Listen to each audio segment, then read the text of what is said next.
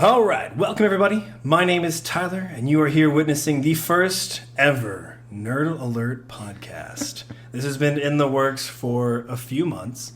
I am joined by my co-companion, co-founder of Calling All Nerds, Max. Say hello. Hello, everybody. It's nice to meet you. So, as kind of the title sounds, this podcast is geared towards the things that Max and I love, have passions for. Video games, anime, movies, entertainment. Basically anything entertainment, yeah. Anything that you want to do every day, all day. Yeah, so I guess since this is the first podcast, maybe we should do a background of us and maybe like where it began on our gaming journeys. Yeah, that sounds great. Let's do it. So I started out with my first game that I ever played was, I'm pretty sure it was Mario on the NES. Wow, okay. Yeah, or Duck Hunt. The Duck Hunt Mario combo. Oh, snap. That was the first game I ever played. And that's what kicked it off for me. Nice. Yeah. I think for me growing up, my first system that I ever witnessed living in the great outskirts of Alaska was a Nintendo 64. And I was at my friend's house and he got one for Christmas. And he was playing Paper Mario. And I saw it. What? You started on Paper Mario? I started on Paper Mario. That's amazing. I was like so uninitiated. Like I had no idea what video games were until I saw that. And I saw it. I loved it. I wanted it. And literally just begged for a 64 until Christmas of the next year when I got it.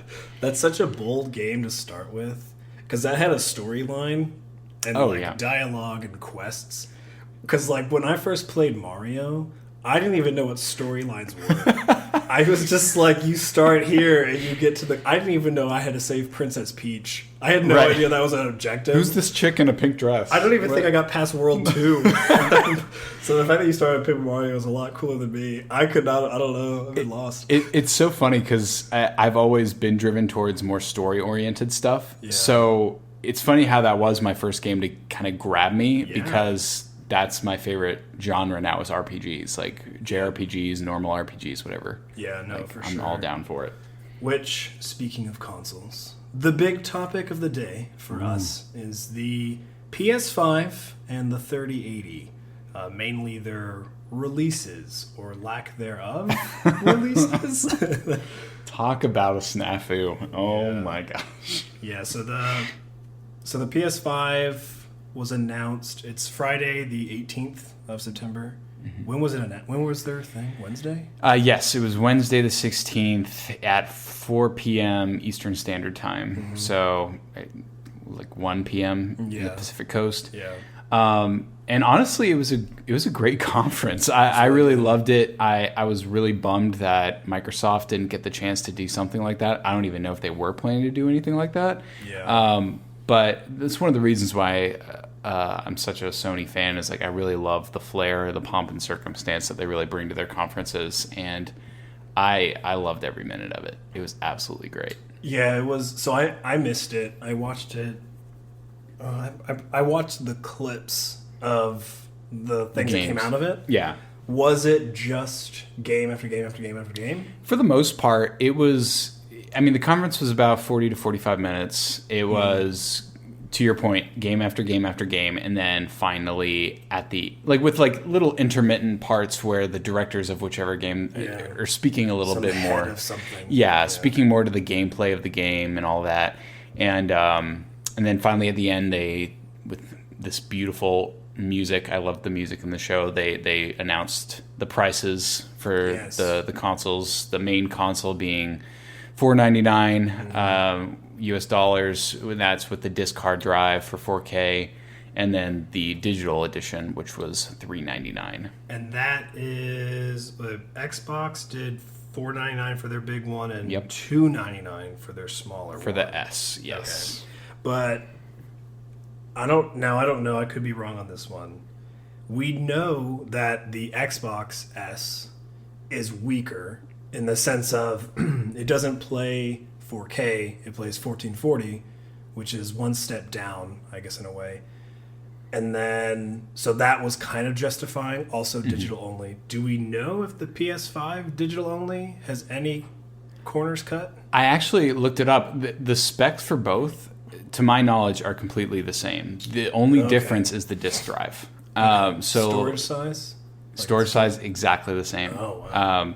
Yeah, I think it's, I don't know if it's a full terabyte. I think it's like 900 and something gigabytes. Some of it's taken to software, I think they said. Yeah, some of it's taken to software, of course. But yeah, like that's the only difference. But it makes sense, without those components, the creation of the console of the digital edition is cheaper. So then it should be cheaper for the consumer. So yeah, that makes sense why the Xbox still has the cheaper of it, which I think will appeal to people for sure. Oh, for sure. Yeah. But yeah, so the PS5 that happened, the conference. A lot of cool games were shown. Oh my gosh! The Hogwarts one looked pretty dope. I'm so ready, man. I was pretty excited. How do you feel about it taking place in the or I guess just in the 1800s? They didn't say if it was early or late, but with the Hogwarts game, it's gonna be either good or like meh. That's how I'm seeing it. Because So I'm a huge Harry Potter fan, for those who might not know. Oh I reread the entire series every year around Halloween. This guy, Tyler, is the biggest Hogwarts fan I've ever seen in my entire life. And typical Ravenclaw, just completely over the top. It's great. It's absolutely great. And I appreciate that. And I think that I could see the combat being clunky. I could see the quest lines being repetitive. I don't know. I don't know too much about Portkey Games other than the app that they made, which was okay, but it's a mobile app that had a bunch of microtransactions, and I got bored. Yeah. And so I also think the voices are going to throw me off a little bit. Well, no, actually, no, I take that back. In the mobile app, they actually have some of the characters from like the books and stuff, so that threw me off because it didn't sound right in my head. But if this is a different time frame, then the voices shouldn't throw me off. But I don't know. I think it's gonna be okay. I could also see just coming out and like bombshelling, where like frames are dropping and like nothing's really rendering right. Yeah, I agree. I could see it going either way. I am excited because this really is the first open world Harry Potter game that we've had, I believe, since like the main storyline games, which were on PS2s, PS3s. Nothing. As far as I know, I don't think anything in the last 5 years to the point of like an open world game. I could be wrong, but unless Lego.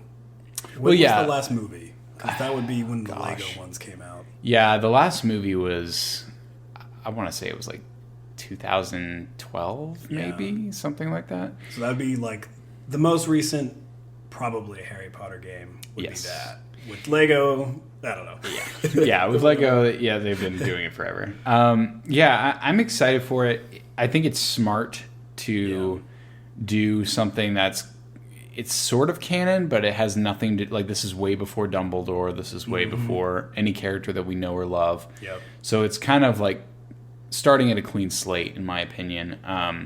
But I love the aspect, at least from what, we didn't really see a lot of gameplay in the trailer, but it seemed to me that, this was going to be, you go through your 7 years of school, and then you kind of just go out and explore the world, maybe in between the years of school, or maybe you even go past school and like into like a career and have to make choices. I know as a Hufflepuff and as part of 70% of the population, I love you out there, all Hufflepuffs. We are the majority, and we will conquer the world. And I think that I am very excited to be a Hufflepuff in this game. It's going to be great. Oh, my goodness. So we saw more Miles Morales. We saw, which looked great. Which, hey, it looked like the first Spider-Man game. Yep. Not to discount anything. The first Spider-Man game was great. There's probably some new combat-y features here and there. Obviously, you're Miles Morales instead of Peter Parker.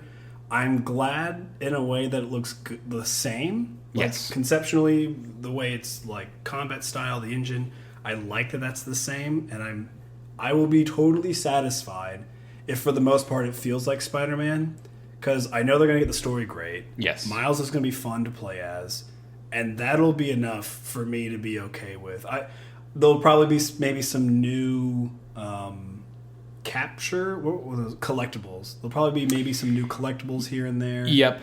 But I assume it'll probably be pretty similar to their first game. Yeah, I would agree with that. I definitely think that from what we've seen in this gameplay that they've shown so far with the action, definitely Miles has a lot more going on in terms of abilities. Yeah, the ability gadgets to and stuff. Gadgets. We see him use electricity. You know, he can camouflage himself and hide himself. A lot of things that Miles Morales could do in the comics and in the movies. I'm very excited to play as him. I love that. Just even from the gameplay we saw, he looks like he moves differently than Peter does. The music is bombing. It's absolutely incredible. The voice acting looks great. Oh, for sure. And I was just so impressed with the graphics. One thing I think the thing I'm most interested in is to see how long the game is. Insomniac hasn't really said anything about that. But they did announce that the game is going to be $49.99, just standard. Oh. Or there will be I missed that. There will be an ultimate edition that is $69.99. Which I imagine the Ultimate Edition will probably have like a season pass included or something like that. Kind of like with the Amazing Spider-Man, or the first Spider-Man, I should say. You know, I saw a tweet that went out by someone. I saw a few. One, I saw somebody tweet out God of War 2. Oh, yes. Was that announced at all? Or it was teased. It was the very last thing of the conference or of the event. And I got chills, man. Because it was just Kratos just like doing the voice. It was like, you best prepare yourself. Just like I can't even do it. Yeah. But like just the amazing chorus orchestra. And basically it was the Omega symbol in blue with the Nordic runes. And then it fades away and it shows Ragnarok is coming. And so, I'm very, very excited. And then they said it's coming out in 2021. Which I think was the soon. Which was the biggest shock. I don't think anyone expected that game for at least until 2022. Jeez, but they were pretty confident to say this game is coming out next year. Which, if that's true, next year is going to be insane, like an insane year for games. Yeah, I didn't realize it was already that ready. I feel like a lot of companies, heck, Bethesda teased the new Elder Scrolls, and that's nowhere even near a release date. When did they tease that? It was like was it 2 E3s ago? I think something like that. It was the last physical one, which I guess maybe would have been last. No, I don't know if it was last one. Whatever that one was, that was a tease. I'm very surprised that they're already that confident. I'm excited because God of War is amazing. Oh my god! But I saw that get tweeted out, and then I saw a tweet of someone saying, "Oh great, you're going to normalize $69.99." Mm-hmm. What do you think about that? So yeah, there was. You are correct. There was that tweet, and I believe Sony even confirmed, at least at launch, which honestly, this is probably just going to be the new default price for these games, is $70 to $69.99. They're raising prices of console games by $10 for definitives, or like just base games. Base games. Oh no. No. I mean, trust me, I'm right there with you. $70 is a huge amount of money. $60 already was a lot of money, but at the same time, I know for me personally, like, you know, we hear all these horror stories about crunch and about like these companies, these developers creating these games and just having complete hell weeks of just working day and night on making these games as perfect as they possibly can be. Yeah. And it's like, I don't know. I'm kind of the proponent of like, I want to really give as much as I can for the art that I really enjoy. Mm-hmm. And so it's just something that we have to be aware of, is that, you know, as consoles and as graphics and as games get bigger and better, the price tag is probably going to get bigger as well, and that's something that's going to be normalized. Yeah, and I guess I could have the term wrong, but like consumerism comes to mind too. Demand for more games, because new games were like what, 30 or 40 before they hit the $60 jump. Yeah, before they hit the $60 jump, and you know, like you said, like with that $70 price point, that is for like first party games. They have confirmed that it's for first party games. Okay. So you know that price can vary depending on how many hours the game may be. Yeah. Just like we see now, there are many games out there that are $30, $25. A lot of indie games. And, it's up to the developer. It's up to the publisher, or not the publisher, but it's up to the person creating the game to decide. Yeah, that'll be interesting to see what comes out of it, but I don't know. So that was pretty much a lot of the big stuff that was happening for the event, and then they also had. Did they show any Ratchet and Clank again? No, they didn't show any Ratchet and Clank, but there was. They showed before. There was one more big game that I would like to touch on, if that's okay. I know one of the other big ones was Resident Evil 8. Oh, that's right. Yeah. And Final Fantasy 16. Yeah, the Final Fantasy one. So the Resident Evil one I heard of. Mm-hmm. That was talked about in, I think, some Japan event. I forgot what it was, but I know they've teased the Resident Evil. The Final Fantasy threw me off. I don't know anything about the Final Fantasy game. So, yeah, Final Fantasy 16, that was the shock. It was kind of rumored that it would appear on the conference, ever since, a clip of an airship showed up in their, preview for the event. And people were, freaking out and were like, oh my gosh, Final Fantasy. Okay. And as we've already talked about right at the beginning, I'm a huge RPG fan. Final Fantasy is something that I hold near and dear to my heart. They announced Final Fantasy 16, and it looks very interesting. A lot of people... first off, it was the only game that they showed in the conference that they showed using PC. They had this... They showed this weird caption that said, this gameplay or this trailer, which is being captured on PC for a PS4 event. PS5. It's very interesting. Yeah, or PS5. Yeah, it was very strange. And then, literally right after that trailer, there was another caption that said, "Everything else after this will be captured in PS5 gameplay or whatever." And I was like, okay. Okay, that's interesting. But basically, Final Fantasy 16 is being made by the creator of Final Fantasy 14. Naoki Yoshida? Yep, Naoki Yoshida. And so at first I didn't know that, so I was very confused at the character models, because the graphics for the game, a lot of it looks very beautiful, but when it comes to the character models, it looked very almost subdued compared to 15 and even 13. And yeah, I'm looking. So I'm showing him a photo. It almost looks like the online game. It is. They're Realm Reborn characters. Yeah. It looks like they're just washed out. The lighting is very odd. The lighting was not that great in the trailer. It's weird.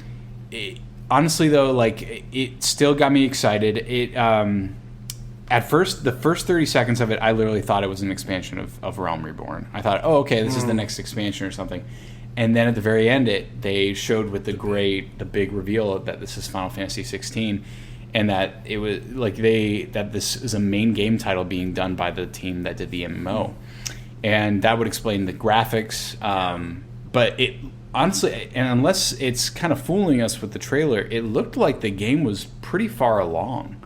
Yeah, there was a lot of content that was shown in there for sure. Yeah, there was a lot of content. You saw a lot of gameplay. There was no HUD, so I couldn't tell how if it was alpha or whatever. It looked very interesting because you didn't seem to have any kind of party. It was just you as this character.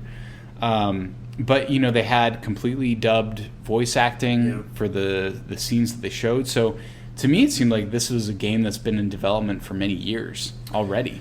Or at least a year or two, to have that much content ready to show. And it looks dark as crap, man. This game is probably the darkest looking Final Fantasy I've ever seen. I'm talking, there's a scene where a knight is standing in front of this boy who I think is a prince or something. He's an important person. And this guy gets stabbed in front of him, and you just hear the scorch, and you see the blood spray all over this kid's face. And Not holding anything back. No, it's horrific. It was I was like, am I watching Game of Thrones right now? This is really creepy. And yeah, it was still really great. I mean, the story grabbed me. I was like, okay, this looks very high fantasy. This looks like kind of going back to the roots, which I was kind of excited for because honestly, I have not really loved a Final Fantasy game since 12. I know you and I were talking about that earlier, about last week or something, about our Final Fantasy experience and the games that we liked. The combat, to me, kind of seemed like Noctis's combat in 15 a little bit. Like the way Yeah. they were doing the sword play with the weird dashing and all that kind of stuff. Fighting in midair combos. Yeah, I noticed that piece was like kind of taken from. It was kind of taken from that game for sure. Yep. And I thought that was interesting. And then I also noticed, or you talk about the PC thing. I was wondering if they did the PC because the PC release for 15 was so awful. Whenever it got ported over, so it came out first on Xbox and PlayStation, or was it just PlayStation? No, I think it was both. When it came out for yeah. consoles, it was fine. Yeah. And then they had their port to PC, and it was awful. Really? Yeah, it got a lot of bad reputation. They had to do a lot of updates to it. Frames were dropping, like, it was really bad. So I almost wonder if maybe that's why they showed on PC. They want to make to sure be it like, works. hey, look, like, this is going to be launched on PlayStation 5 and PC. Right. And that's our mindset right now. Because I don't know maybe if they were even thinking it would be PC at the time. Mm-hmm. For the 15 at least. Maybe they were just thinking, oh, we'll see how it goes. People love it. Oh, let's port it over. So this could be their way, like Square Enix way of saying, hey, here's PC footage. Look, it doesn't drop to like 10 frames. I would not be surprised, man. I think you hit the nail on the head. I kind of agree. I think, too, that, yeah, it'll be very interesting to see how it goes. I kind of like that they're going a different route than 15. Yeah. It definitely looks like they're keeping some of the combat style, but this is a completely different engine, it looks like. It's not the Luminous engine. And if and honestly, like, to my last point of what was shown, at first I was very dumbfounded by the graphics. I was like, why does this look so? Why does this not look as good as 15? Yeah. And then I realized, oh snap! Like Square Enix has two different teams working on titles right now, because yes, the 14 team, that director is working on 16, while the main team is working on Final Fantasy VII Remake Part 2. Oh, that's true. So that main team is probably for the foreseeable future just working on remaking Final Fantasy VII, and that's where all the graphical quality, that's where like the big budgets are going toward. Yeah, I could see that. And maybe, hopefully, like the team who's working on it, the Realm Reborn team, that's not too bad, because storyline-wise, I hear that their expansions for the MMO are amazing. People love them. They say the story's like really good. It's one of the few MMOs that I actually hear people care about this, other than WoW. It's like one of the few MMOs I hear about where people are like, oh my gosh, the storyline was so good. Yeah. So hopefully that translates, because that was the biggest thing for me on 15. I just couldn't get into the story.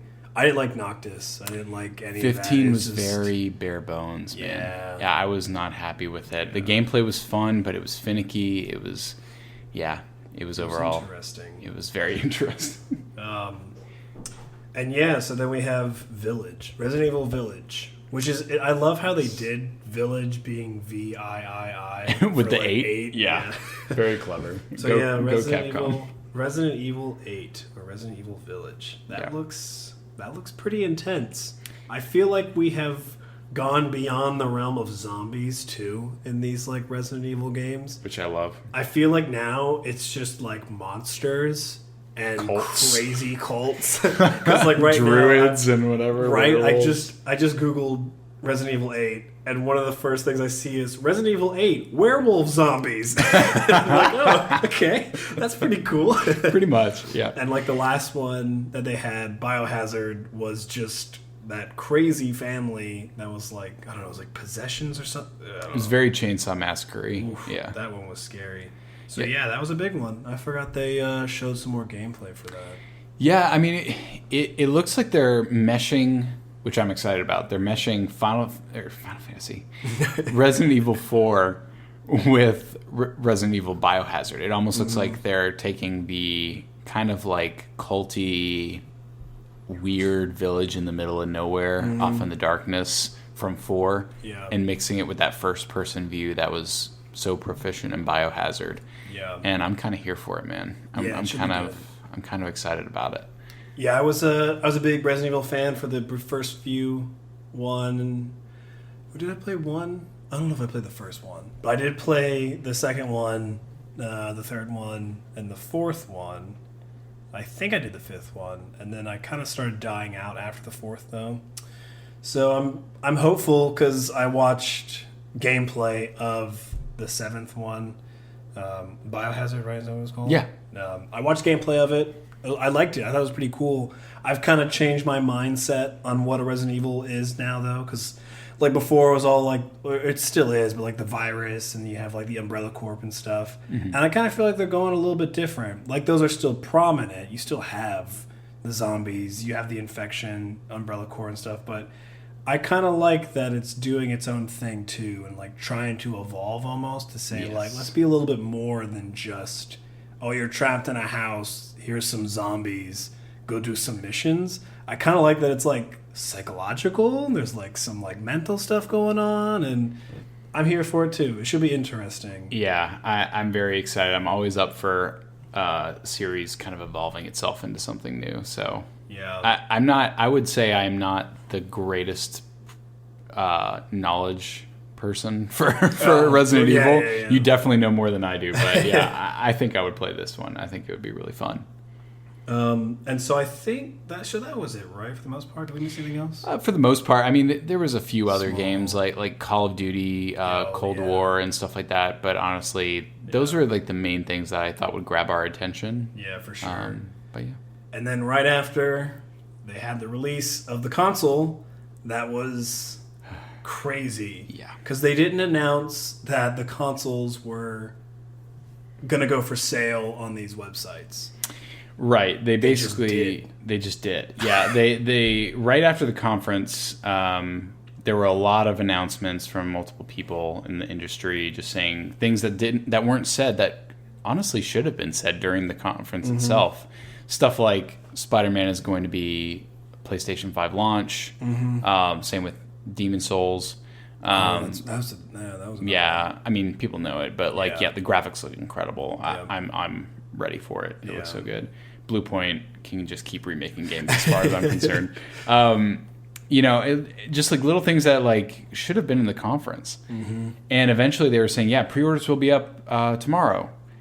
But Walmart and Target were already selling doing their pre-orders. That's what happened. And so a lot of people got really upset because pre-orders were completely out of stock. Like they were completely gone by the time PlayStation said they would be ready, and people were livid. See, I didn't know that they said you could start it tomorrow, and then those retailers started going. Today. Yeah. Oh, and it's hard because with retailers, I'm sure there was some kind of miscommunication, but they just immediately just started going. They were just started selling these systems, and they sold out like hot takes. It was insane. And honestly, it's really not that big of a deal. They're going to get back in stock within the next week or two. Honestly, Walmart already has brand new stock that they're going to be putting on pre-order. I think it's 6 probably already, and it's probably already sold out again. Yep. I know Target was doing it throughout the day. You know that Sony is looking at these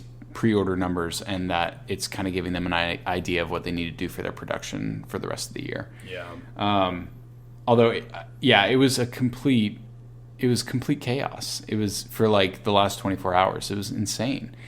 And I kind of liked it because Microsoft kind of clapped back on their Twitter, and they were like, don't worry. Yep. We'll let you know when you can pre-order. They did. And I was like, ooh. Microsoft gave a time. Okay. They gave locations. They said the worldwide release. Oh, yeah, they did. Yeah. And they handled it way better. That was pretty funny. And then, crazy enough, after the PS5, on the 17th, which was Thursday, the NVIDIA graphics cards came out for release, and they too were a bombshell of a release window that people absolutely hated. What happened? So the 17th, they gave a time at least, so it wasn't like PlayStation where they said, hey, it's tomorrow, oh wait, but it's today for Target and stuff. Yeah. NVIDIA launched their thing saying, hey, on the 17th at 9 a.m. Eastern time, and then obviously whatever time it is for the other zones, you'll be able to buy the graphics cards, and they don't have it. If I'm not mistaken, it's not like PlayStation and Xbox where it's, hey, you can start pre-ordering here, but they release in November. It was just like you could just buy them, like so you're good. You can just get them, right? Yeah. And so I sat on my computer and I had 5 tabs open. I had a Best Buy tab, a Newegg tab, NVIDIA's actual website, EVGA, which is a third-party graphics card company, and then Amazon. I don't know if I've already said that, but I had a few tabs open, and I was refreshing. I was refreshing a little bit before, and then I was refreshing a little bit later. So EVGA's website's crashed. I couldn't refresh anymore. Newegg's website crashed. I just couldn't refresh anymore. So then I was left with Best Buy, Amazon, and NVIDIA's website. Oh my gosh. And then Peter, who was my roommate, we were refreshing it. It literally said coming soon as the text, and then all of a sudden just went to sold out. We didn't even see an add to cart button. And we're not the only people who didn't see an add to cart button.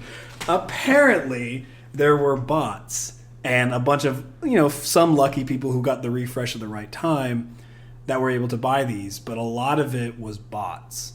So from what I found, which are pretty interesting, there's a company where you can actually pay money and they will let you have a script or some type of code that you get to run, and you can have it look for websites and add things to your cart. This was designed for the sneaker business apparently too. It's like $75 a month. For the Jordans. I think the company's called like Bounce or something like that. But you can pay for this software you type in a website, I guess, and say, hey, I'm looking for this product, buy it when it comes. Obviously the software can just do refreshes a little bit better than we can. And so that's how some of them were being bought. The other ones, which this one is pretty ingenious in my opinion, some people were going to those websites where you build your own PC, you pick out the parts. They were picking out all the parts beforehand, minus the graphics card, saving their cart, and they were doing this like weeks in advance apparently. And then come day of launch, they were opening up their tab that they had their cart saved, and all they had to do was just select the graphics card and hit checkout. And so these people were like prepped to buy these PCs, like all-in-one builds.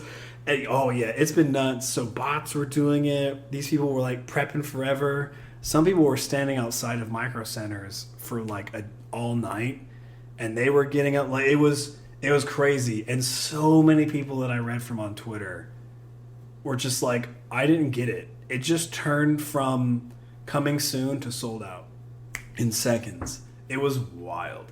It was so wild. So needless to say, I didn't get one like I was hoping. Well, and I was going to ask, because for the audience out there, I'm entering into the PC world slowly but surely.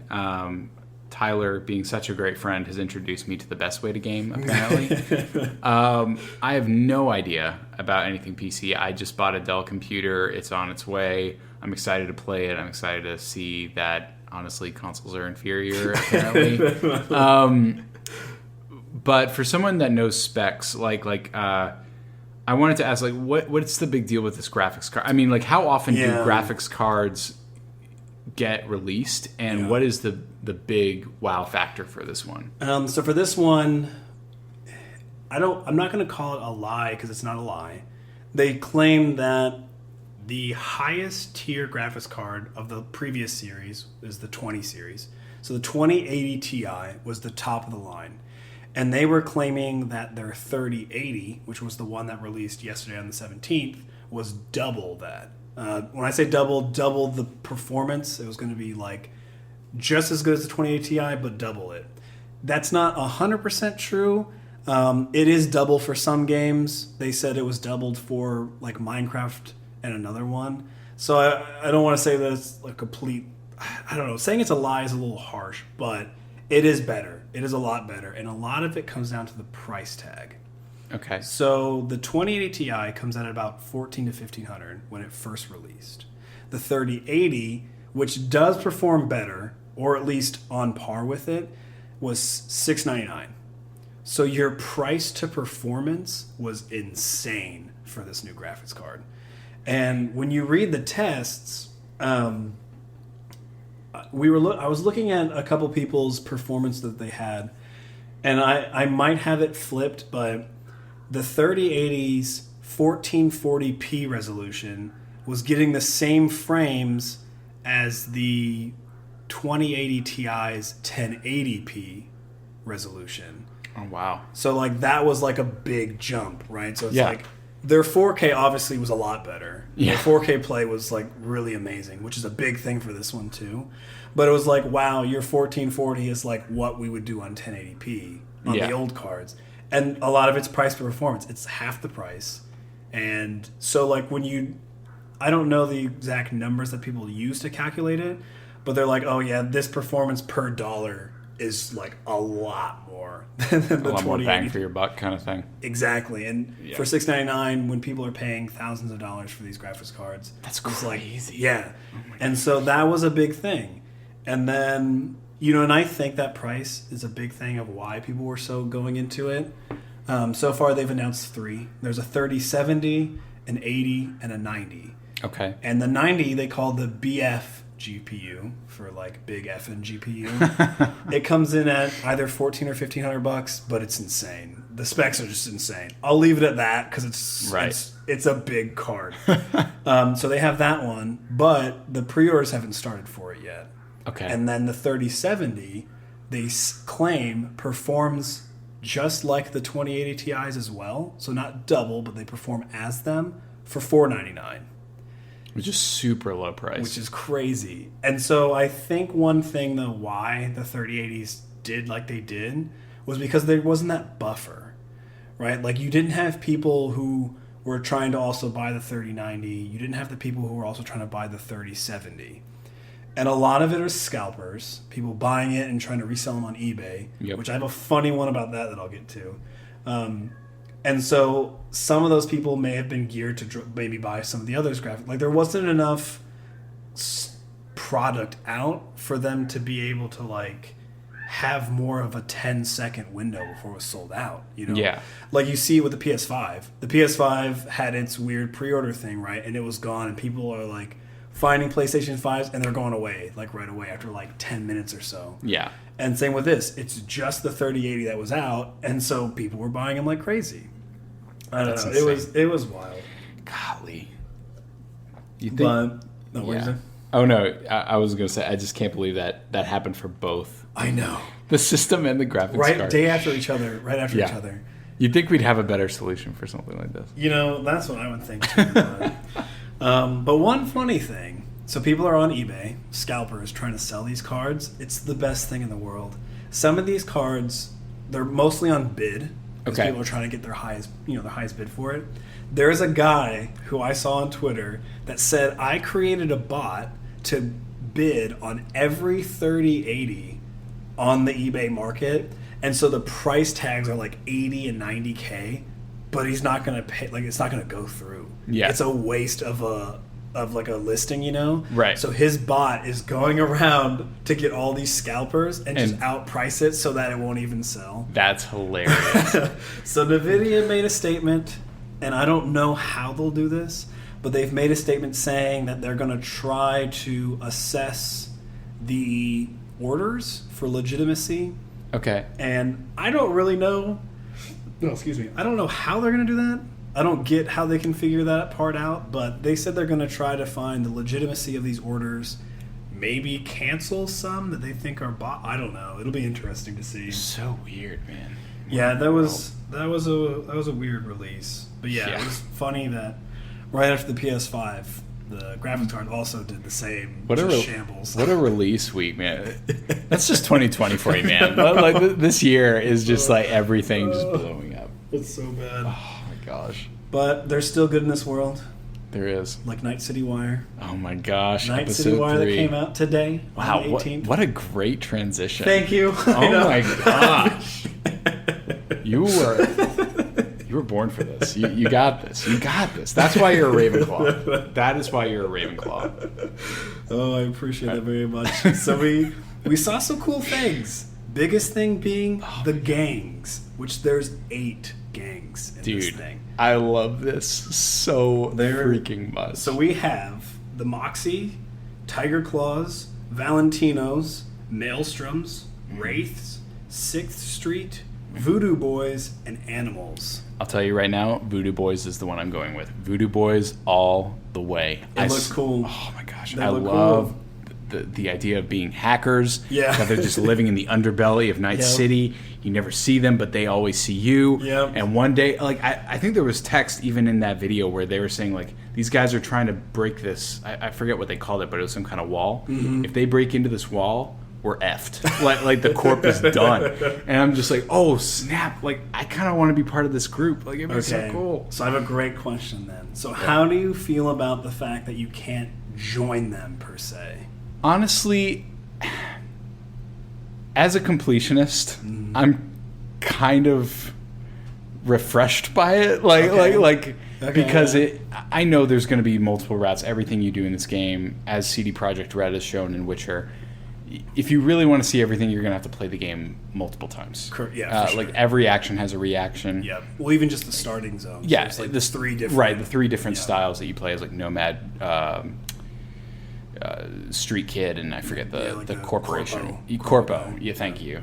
And I'm kind of glad that there's not an extra level of intensity to that. I like that you are part of the Mercs. You're part of this. Yep. You are part of a crew. You are. You're not a gang per se, but you are this corporation almost into of itself, it seems like, of mercs that are hired the most. They're hired guns. They are the strongest in the city, at least from what it sounded like in the video. Oh, for sure. I And, don't know the guy's name, but the guy who was like announcing him said, "Hey, you can't join these, but like don't be You can still be sad. hired by them, or at least you still can work with them and all that kind of thing." Yeah, or like you may even have to work against them because like Yeah. as mercs, your only loyalty is to yourself and to The job. to your job, and to the money. Yep.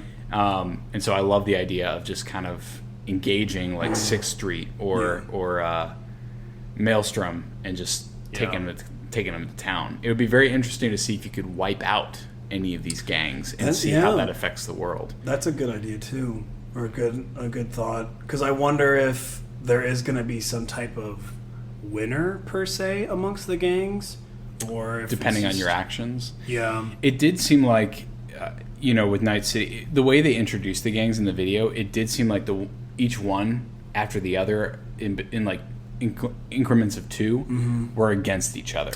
Correct. And they were kind of, so they took the city, there was like a map, and there was like red kind of like spewing out, kind of showing like, hey, this area is these 2, this area is these 2, and then like even the outskirts had like their 2 gangs. Yep.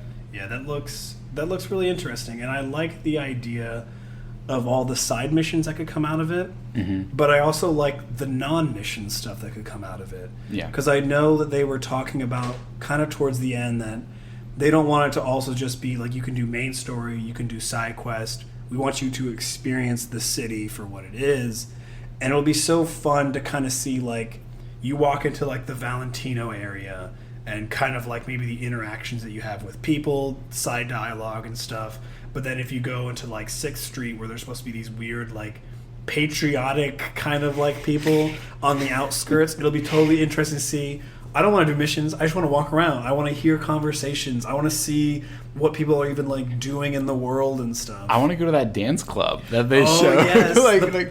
Which they were wearing VR goggles, which I thought was interesting too. They were like dancing around with like VR goggles. And you look like you can like dance with people. It was so weird. Yeah, I will say this. I love CD Projekt Red. I think that they are taking the gaming world by storm.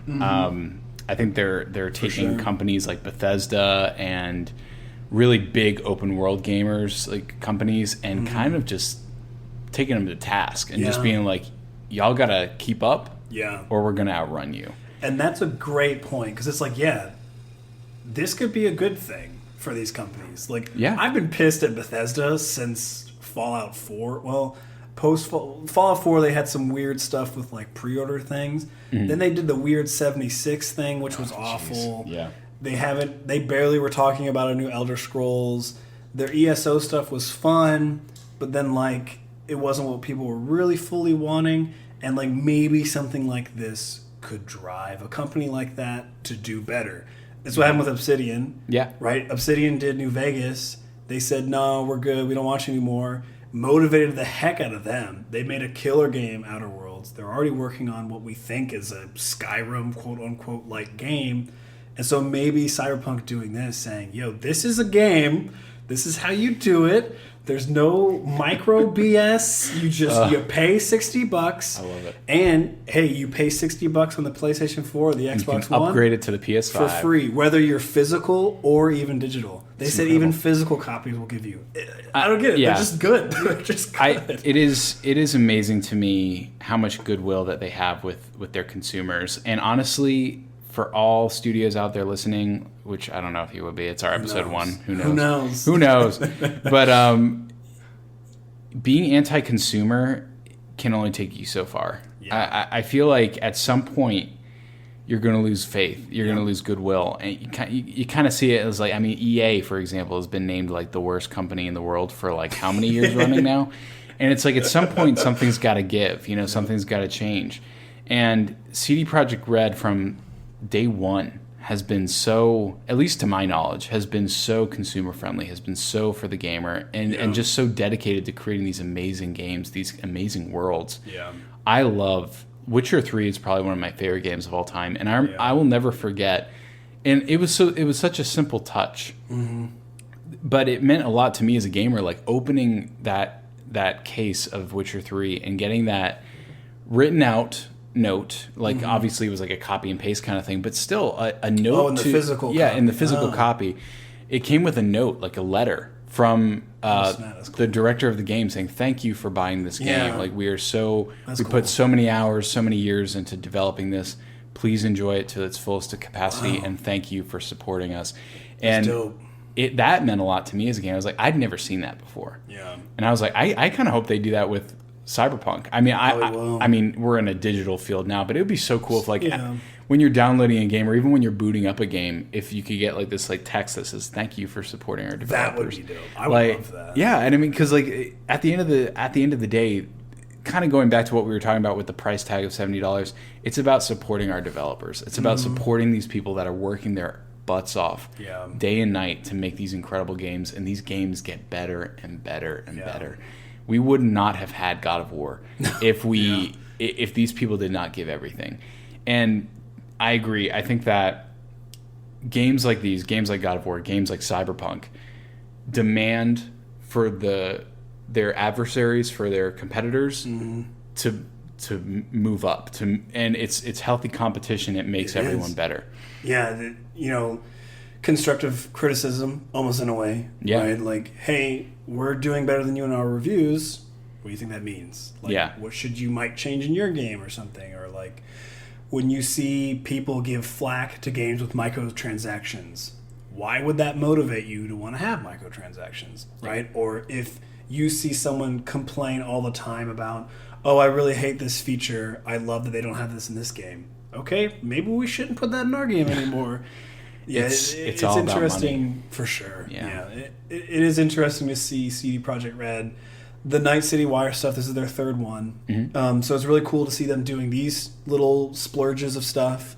They're reaching out to their communities, so a lot of, at least from what I know, a lot of Twitch streamers and like kind of, I would say, famous entertainers in the space of gaming are inside the game. They have character models, they have quest lines, Alana Pierce is in there, I saw. Yep. And then like Jesse Cox is in there too. Yes. So it's like they're reaching out to their community because the community plays the games. And then, when you see these characters yourself, you're like, oh, that's so cool. Like I've, Co-Carnage is a Twitch streamer that I've looked up to since like 2015 and he's in the game. Yeah. And like when I see him in the game, I'm gonna be like, holy crap, this is amazing. Like he's here. And then they have Keanu Reeves, he's huge. In 2020, if you're watching this or listening to this years from now, 2020 is like a big year for Keanu Reeves. Everybody's just talking. 2020. Yeah. True, yeah. Everybody is just talking about Keanu Reeves recently.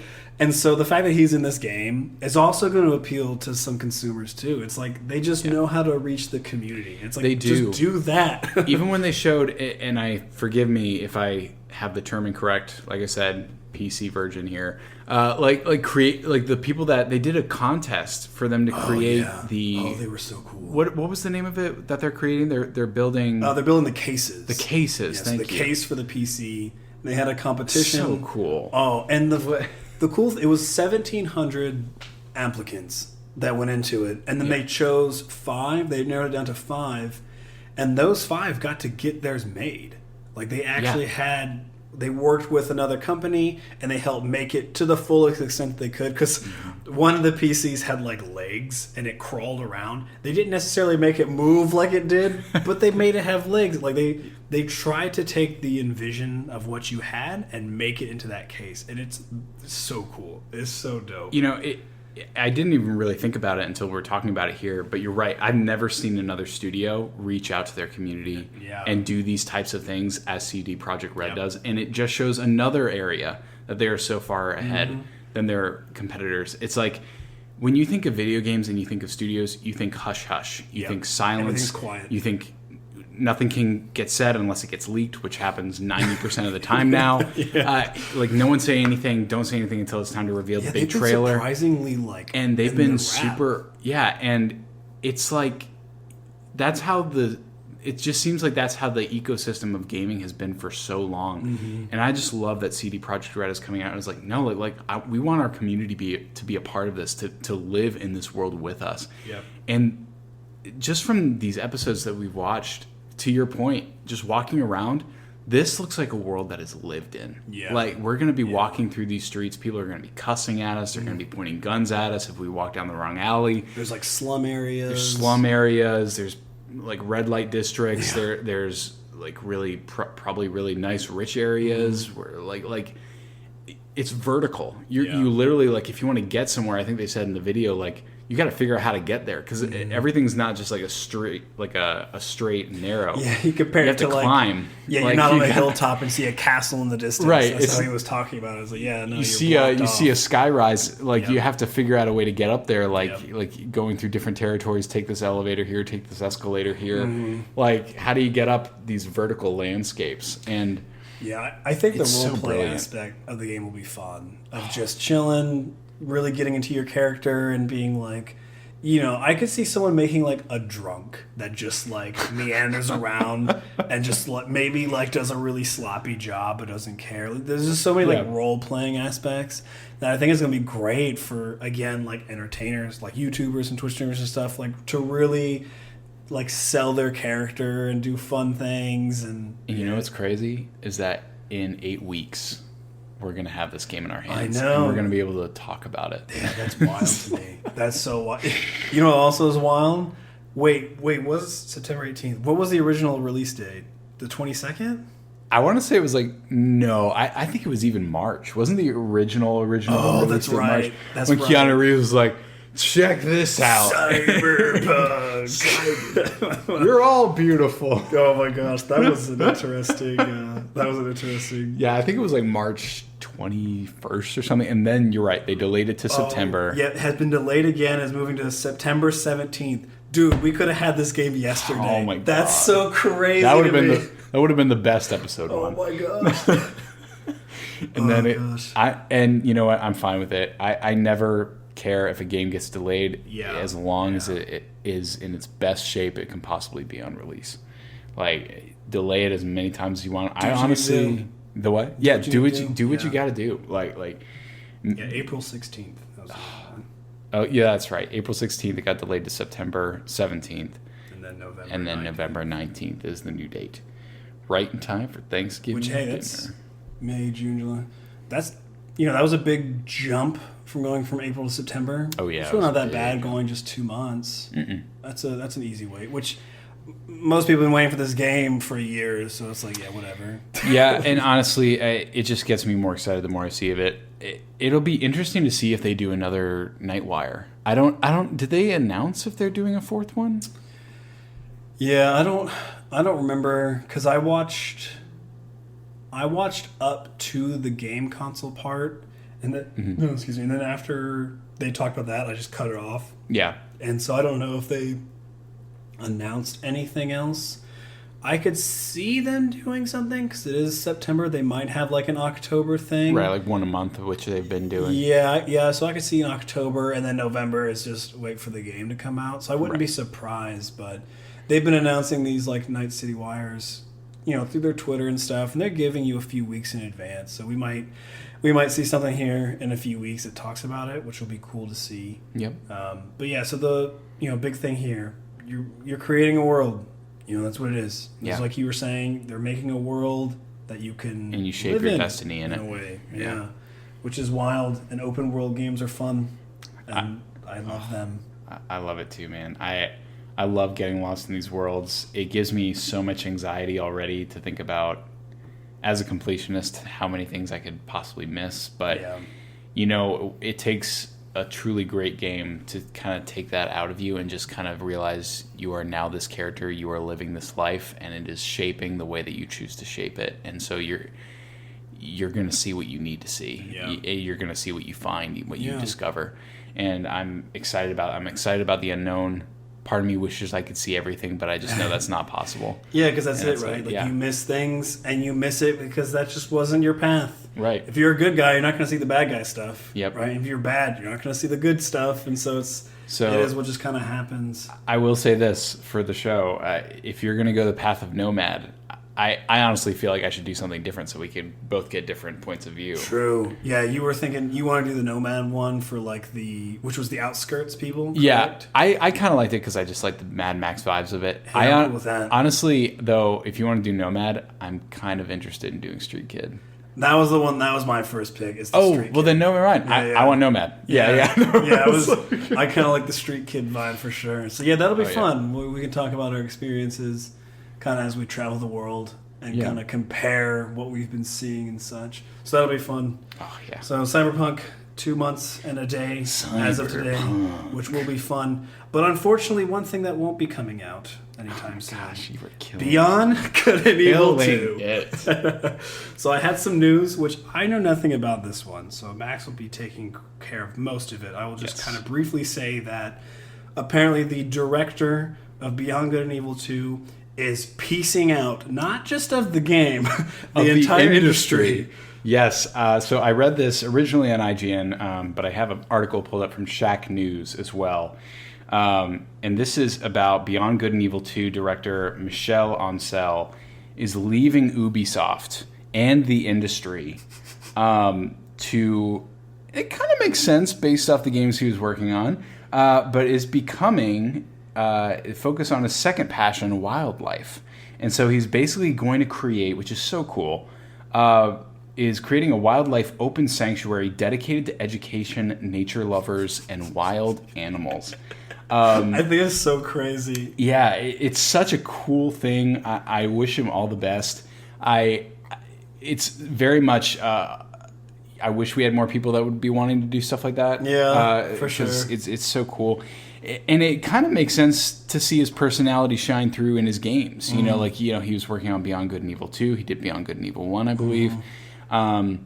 This other game that was in development hell for the last 10 years, Wild or whatever, which we just kept seeing just random screenshots. Gosh, I forgot about that one. Yeah, no one knows anything about that one. I think we just... I didn't know he was working on that one too. Yeah. So I guess it really does make sense. He's in tune with nature for well. Yeah, for sure. He loves it, and I'm all for it, man. The nice part is he did announce in his Twitter message that, and he says this, and I quote from Michel Ancel: "Many of you might want to know what will happen to Wild and Beyond Good and Evil 2. No worries, since many months now, the team are autonomous, and the projects are going super well. Beautiful things to be seen soon." And so basically to just reaffirm for everyone, hey, these games are still going to happen. They've been happening a lot without me as I've been building this amazing sanctuary for all the monkeys and all the pigs and all the people in Beyond Good and Evil 2. And I just brought my game to real life. Right. That's all I care about now, which is totally great. That makes me a little more comforted, but honestly... Going past that announcement, I honestly have no idea when we're going to see this game, dude. Like this game. Don't get me wrong, I love anything talking animals. Like I'm all for it. Yeah, for sure. I loved the first Beyond Good and Evil. It was way ahead of its time, in my opinion. And when we saw the announcement trailer, I think we watched it at the same time actually when they announced Beyond Good and Evil 2, and you see this beautiful CG trailer. So cool. And I was like, this is a world I want to be in right now. Yeah. I want to play as this rapping monkey. I want to just fly his jetpack around the city and just whatever he's doing, I want to be in it. Also very vertical. Like the world was a very vertical world. It's all like jungle mixed with like a city metropolis type of style. Yeah, but like very like jungle-esque. Mm-hmm. Kind of reminded me of an adult Zootopia. Yeah. You know what I mean? Just like, because this game is not child friendly. At least not from what the trailers have shown. Sure. Yeah. But it looked very cool. It looked it just, I think the reason I was so excited for it and am still excited for it is there's really nothing else like it out there. True. Like, I mean, it kind of gives me like Jack and Daxter kind of vibes. That like was wild, yeah. Yeah, but like even more adult, even more like... A lot more adult, more in depth. Yes. As far as very space heavy. Yeah. And I'm excited for it. I honestly do not think we're going to see this game anytime soon. Nope, not at all. Yeah. And is it Ubisoft? Yeah. Who is oh, yeah. That also gives me both fear and excitement. There's fear that it's going to get some form of repetition that's going to be annoying because, they're kind of known for copying and pasting. We've talked about it before. They like to copy and paste a lot of their games. Yeah. And it's like they take a good game, they copy and paste it, which I know I talked about Spider-Man earlier, saying I'm glad they quote unquote, made it the same. But they do it to the extent where it's like, oh, okay, this is literally almost the same game, just like a different guy I'm playing as. Yeah. And so I'm hoping that this is the game that breaks that. Yeah. At least as far as what they do on a pretty big scale. I hope this game breaks that trend, that it's not some type of copy and paste. Mm-hmm. There's not just like in the Assassin's Creed games, there's always some type of tedious thing where it's like, go here, go here, go here, go here, go here. It's just a bunch of points of and you do the same scenario. Thing every time. And even sure, I know that collectibles are typically very once you find one, they're very similar. Mm-hmm. I get that, but when missions are also just this is just the same and the same, and not even side missions, main missions are very repetitive. Yeah. In their games, at least for Assassin's Creed, and it's man, this needs to be their Cyberpunk. This needs to be their Witcher. the next magnum opus. Yeah, it has that potential because it looks so dope. Yeah, it does. It screams open world RPG. You just get those Red Dead or Witcher vibe. You could just, I don't know, you just see it and you're like, yes, this is what we want. And that could be why they're very this needs to go this right. isn't out yet. Yeah. Yeah, it's possible. I think you're absolutely right. I really like Ubisoft. I really like a lot of their games, but over the recent years, to your point, a lot of their games just seem very B tier. Yeah. We're just kind of copying what other studios are doing, but in our own style that is not as good. And you just played Assassin's Creed, right? Yes, I just downloaded Assassin's Creed Origins probably about a month ago because I just needed a game to play. Was that your most recent Ubisoft game? Yes, that was my most recent Ubisoft game. I kind of for some reason had an urge to jump back into Assassin's Creed. Sure, I get that too. And I was like, I've heard great things about Odyssey, and I was like, it looks like it's taking more ideas from The Witcher, and I was like, this could be kind of cool. Yeah. But I decided I would start at the beginning of the new setup, the new gameplay style with Origins. And I played it, and I really enjoyed it. I love the hard work those teams put into the lore of whatever time period they're going into. I think I spent more time actually in the tour portion of the game, just learning about Egyptian mythology and their practices and cultures. And I was like, wow, they put so much time and effort into this, and it's beautifully done. It's beautifully crafted. And visually, too, is nice. Yeah, visually, it looks great. I mean, it's a very beautiful game. But to your point, the gameplay is just it was just so repetitive. Yeah. And it kept me entertained for 10 hours, which is pretty good. Yeah. And I was like, okay, I like the fighting style. I like the main character. The story's not great. It seems very choppy. It seems very I don't even know the right words to describe it. It just feels very rushed, and it just doesn't seem like there's a lot of depth to it. But to your point, every point of contact, every kind of area to explore on your map, you go there and it's just the same thing every time. Synchronize, clear out the area, find the loot, move on. Yep. And it got so old, and the map was huge. And apparently, like, Odyssey or Valhalla is going to be like twice as big as Origins. And I was like, that's intense. Why? And that's my problem. Is like, why do you make a game huge if you don't have it lived in or have it with enough differences to make it worthwhile? Yeah, you don't fill it in or anything. Right. Night City, like, they've already announced this. Cyberpunk is going to be a smaller map than Witcher was. And I kind of applaud them for that. I'm kind of glad that the game is literally just this city and then a little bit of like the outskirts. Like that's all we need, because the story is there. Yeah. It's intricate.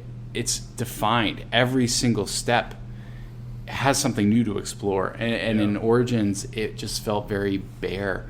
Like, other than the NPCs that you can talk to for the side quests and stuff. Yeah. And I was just like, and maybe it was Origins. Maybe I would feel differently if it was Odyssey. But honestly, from what I've seen, that's not the case.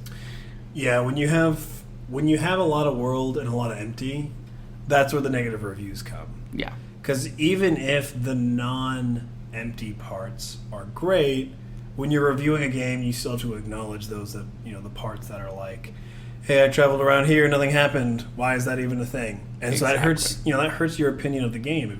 That's what makes things boring. And so it is nice that Cyberpunk is focusing that, in a way, anywhere that you are on the map is going to have some type of content to be remembered. Whether it's like, I walked past this building and I remember the funny sign that was out there, or, oh yeah, if you go down this street, there's a funny dude on a bench that just yells at you. You know what I mean? Yeah. There's not like oh yeah, I just kind of walked down that corridor and it was kind of boring. Yeah. They're hoping to not have something like that, but it'd be interesting to see. Maybe I'll play a remastered version of one of the older games or something. I don't know. Oh, the Assassin's Creeds? Yeah, maybe. Yeah, those are great. Yeah. 1 and 2 are really good. But speaking of remasters, yeah. See, I can do it too. There you go. And we got into the big release of this week, I would say. So we have Mario. It's called All Stars. Yeah. Let me get the full name here. I think it's like Super Mario 3D All Stars, I think is the main. We got Mario 64. Yep. Mario Sunshine. Yep. And Super Mario Galaxy. Super Mario Galaxy. Good segue.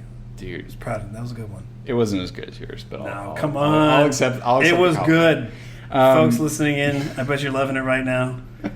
Max, tell us about the amazing game that released today, the 18th. Yes, today, Super Mario 3D All Stars. Ooh, good job, you called it. Yeah, I thought I had it right, by the way. Just want to double check. I want to make sure. I don't want to get in trouble here. Yeah, man. I mean, what can I say? I mean, these three games, arguably two of them are masterpieces. But all three, which two, but all three are great games. I mean, come on. Super Mario 64 and Super Mario Galaxy are masterpieces. In my personal opinion, this is my personal opinion. Yeah. Galaxy is probably my favorite Mario game of all time. I've played it at least 3 times on the Wii, all the way through. Mm-hmm. And also, not only can you beat the game as Mario, for those of you that don't know this and are going to get this game, get hyped if you're Luigi fans, because if you play the game and get all 120 stars in Super Mario Galaxy, you can then replay the game again as Luigi. Oh, that's cool. And collect all 120 stars again. See, I've never played the game. I've played Sunshine, then I played 64 on the 64 during the time of me not really knowing what video games were and that they had plot and an end. Mm-hmm. So I only played the world that had the big bomb guy. Yes. I think it was like the first one. I raced a penguin a couple of times. Yep. And that's all I remember. Those are, I mean, honestly, those are the 3 worlds that are the most memorable of 64, I would say. It did its job. Yeah. Yeah, dude. The games are beautiful. They look great. I will say, Super Mario 64, from what I've seen, they didn't really enhance the graphics of it. It's still in that weird ratio of like, is it 4:3? Yeah, for 64 it's 4:3. Yeah, 4:3. The rest are 16:9. Yeah. So I thought that was a weird choice. Of course, it would probably stretch it out to make it look really awkward and blocky even more than it already is. The textures, the writing looks a lot more tight, which is good. Dialogue boxes and stuff were clean. Yeah, and honestly, I think Super Mario 64 is the one I'm most excited to replay because it's been years. So I played Super Mario 64 when I was a kid, and so I don't think I kind of look back on that sometimes, like even in the PS2 days when like I played a game and I enjoyed it, but I don't think I was able to truly appreciate it for what it was because my mind wasn't sharp enough to understand everything, and so I'm very excited to replay it to just kind of relive and experience. Yeah, re-experience these levels because honestly, I'm the same as you, man. I really just remember the Bomb Hill, Thwomp's Castle, and then Easy Breezy Peak or whatever with the penguins, and you save the penguin baby or kill the penguin baby, depending on if you want to throw it off the cliff. Yeah, which is terrible. And yeah, so I'm excited to replay that one.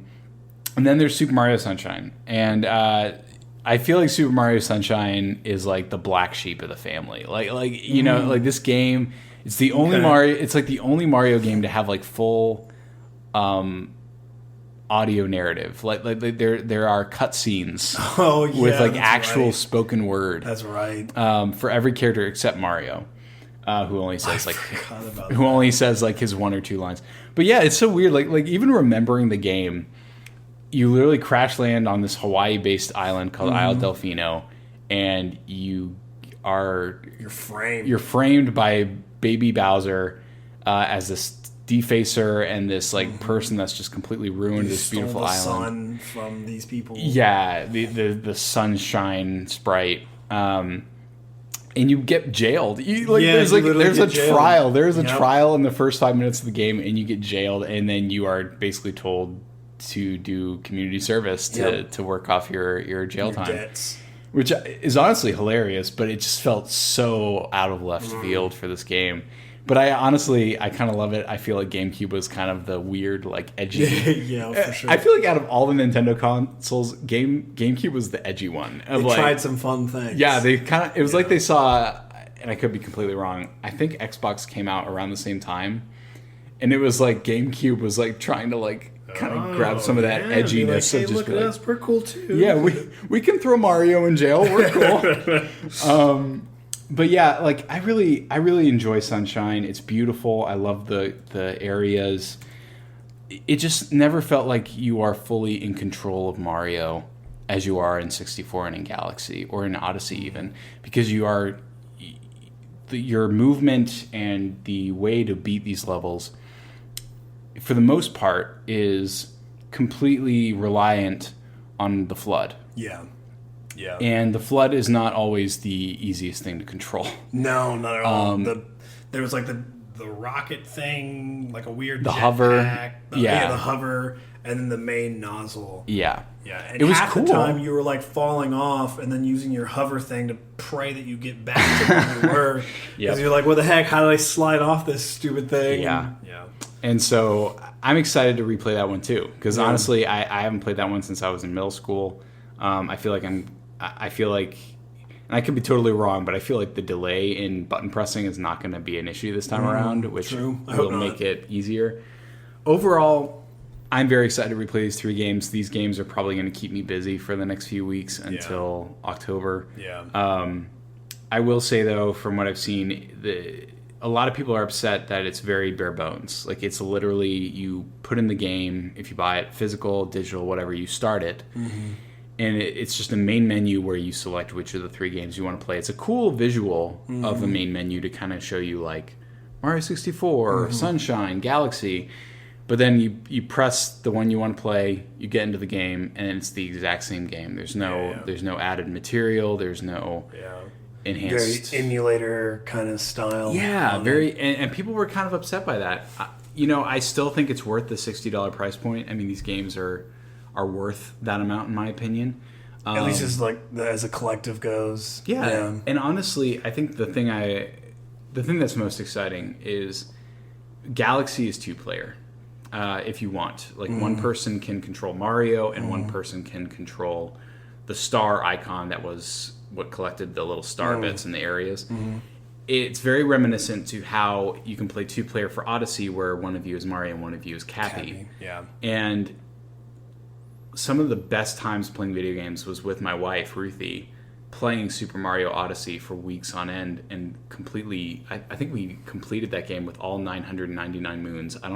Don't ask me how long it took us. It took us forever. I almost wanted to throw the controller sometimes. It was so hard, but it was fun because we both got to play together. And she, not being someone who likes platformers as much and not having a lot of history with them, had a good time playing as Cappy because she felt like she was interacting with me and helping me beat these levels. Yeah. And so the fact that we can do that together with Galaxy makes me excited to replay it. Yeah, it'll be fun to do. I think I'll probably save Sunshine for last. May not even get to it, truthfully. I'm most eager for Galaxy because I never had a Wii, so I didn't play it. And then I sometimes have a hard time playing older games for like graphic reasons, unless they're like kind of nostalgic games for me. Yeah, like I can still play Sly Cooper, Ratchet and Clank, Jak and Daxter on like the PS2. I still love Mario. I still love playing like Earthbound on the NES, or the Super NES. I can play those games because that's what I was playing before. But when it comes to a game I've never played, like I didn't play the first Final Fantasy game. Right, like Final Fantasy 1 on the NES. I tried, and I just like couldn't get into it. And then like Mario 64, I've tried to get back into it, but I just can't for some reason. I don't know what it is. I usually just have a hard time with older games. So I'm gonna give it a try though. Definitely Galaxy first. Get that played through.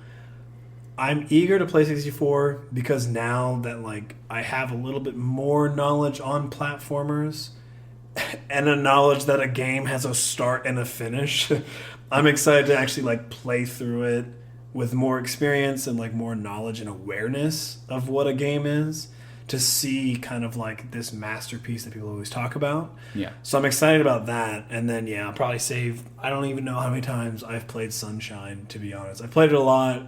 That was the first big Mario game that I owned, so I've played the heck out of it. And honestly, at this point, I don't really need to play it again to feel satisfied. So that'd probably be my order. Probably go Galaxy 64 and then maybe get to it. But honestly, with Cyberpunk coming, I don't even know when I'll buy the Mario thing, to be honest. We'll see how that goes. That's fine.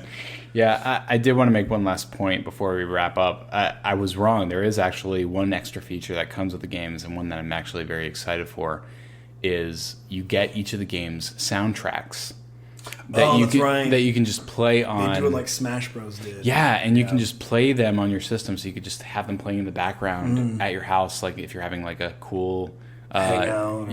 Like Calling All Nerds party or something. That's right. Listen to the podcast. Maybe you're doing laundry or something. Doing laundry is a great one. And you can just listen to these amazing tracks. Like I cannot praise enough, especially Galaxy with that full orchestra. These songs in all three games, beautifully done, beautiful soundtracks. Please listen to all of them. Everyone that buys this game, like these songs are so good. This is not a game that you just want to turn down the volume and listen to us on a podcast on. These are games that you want to like experience the music for sure. And there is actually, I just want to backtrack one thing.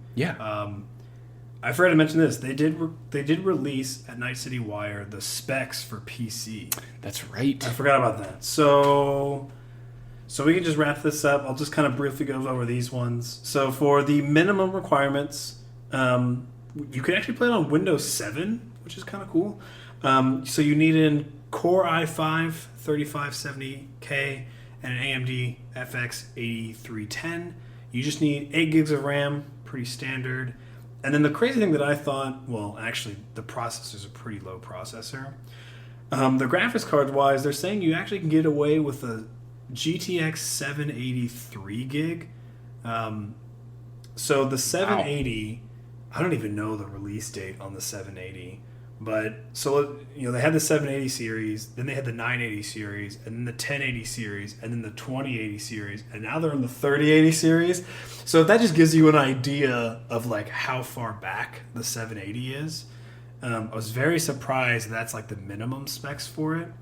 And then for their recommended, it's about the same, a little bit more of a stronger i7, 4790, and then a Ryzen 3 3200G, which is a pretty good, like, get into gaming kind of CPU. Yeah. Memory was about 12 gigs of RAM, and then they're saying a 1060 6 gig graphics card, or a Radeon R9. And so what this is, so a 1066 gig would be now 2 iterations before, and the 1060 was already outclassed by like 1070 Supers, 1080 Supers, 2060s, 2070s, 20. Like, there's a lot of cards that can actually top this 1060.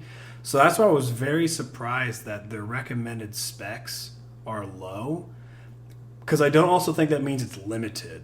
Right. So I think that, like, hey, we recommend you this. You can play our game in a beautiful way. If you have more, you'll just play the game in more beautiful of a way. Yeah. Probably maybe like higher frames. You'll probably be able to like render things better. But I think this is cool that they did it this way, because I just feel like from a PC perspective, consoles out of the picture. From a PC perspective, you can play this game on a lot of systems, laptops or desktops. You know, Max mentioned how he's getting a PC soon, and his is equipped with a 2070, and it was a pre-built laptop. And for the price that he got it for, technically your specs blow this one out of the water. The way that your graphics card's like kitted, you have like a 10th gen i7, which is crazy. You have plenty. I think we got you 16 or 32 gigs of RAM. Yeah, I think it was 16. So you have that. Yeah. You have an SSD hard drive already because it's a laptop. And your 2070 that you're getting kitted is definitely outdoing the 1060 that they have. I'm so excited. So it's like, to me, it's kind of cool that this might have to be like my first PC game. Well, and the fun thing too that you can still do if you're wanting to, how I was telling you before, you know, PCs can hook PlayStation controllers up. They can hook Xbox controllers up. Because some people don't really like a keyboard feel, and I get that. You know, some people just don't like mouse and keyboard. So you still can have a wireless controller hooked up, and you can just HDMI into your TV, and it'll be like you're on a console. You know, so that's the one thing I just kind of want to throw out there. The specs for this game are pretty small, and I think it's great because that just means more and more people are going to play games, which is what we love. But I think that is it. I think it's going to wrap this thing up. I think that's it. Why don't you plug your awesome social medias? So, if you guys are interested, you can follow me on Twitter, Instagram, and my Twitch channel. Mr. T Nader is my stuff. Wherever I post this, probably YouTube, I'll put links to that. We're going to work on Max to get him some things for sure. But yeah, if you ever want to see me live on Twitch, it's just /Mr. T Nader. I appreciate anybody who listens to this. That's not me or Max. And I did want to say, to Tyler's point, I am not on social media, if at all. If you do want to follow me and be one of my 200 followers that I have for some reason, you can find me at MadMax528, where you can see pictures of my beautiful wife and child and random pictures that I get tagged in. So that's there. Perfect. Well, I appreciate everybody that's listening in. I hope you enjoyed the very first episode of Calling All Nerds. And I think with that, I'll bid you all adieu. Adieu.